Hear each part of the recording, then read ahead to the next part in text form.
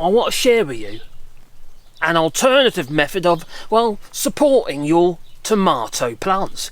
Yes, you could stand there and hold them for a very long time, but you don't want to do that. You just want some string, such as this string here. And this is some jute. I like using jute because, well, it rots away.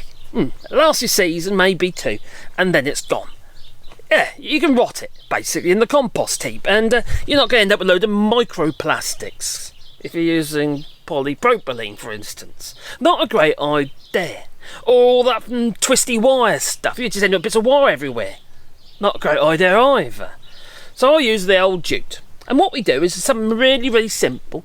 We allow the tomato plant to grow up the string. But you do need somewhere to tie it to, which in this case is up there. But also, you need somewhere to tie it from.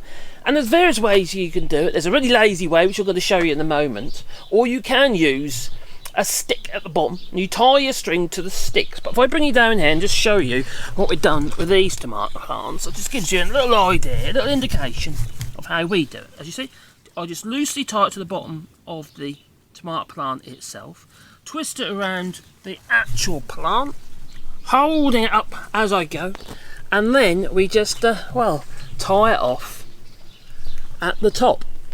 Now, I don't know if you can see that there very well, but if you see, we've got this little loop here.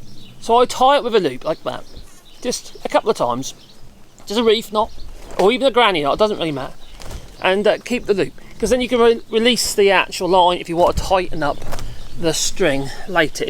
As the plant grows, you see, it potentially could become a lot longer, and they fell over then. It could potentially become a lot longer, and then the line can go a little bit like slack. So you can then tighten it up, you see. So you don't want to tie it off at the top permanently. You want to do it way so you can easily undo it, and then you can readjust your lines later. But that'll happily grow up there now, and allow the actual air and light to get around the plants. So hopefully we won't end up with a load of fungus. That's kind of the plan. I hope so, anyway. Because I've got plenty to do in this greenhouse at the moment. There's polytunnel, I should say. Because, we've been growing potatoes in it, and they need... Well, we need to sort that out so we can allow the tomato plants to do their thing. But that's, a job for another day. Anyway, it's time for me to go, so I'm going to say ta-ta, so ta-ta. And have a lovely day. Please boot the old like button. Helps the channel, Ta-ta.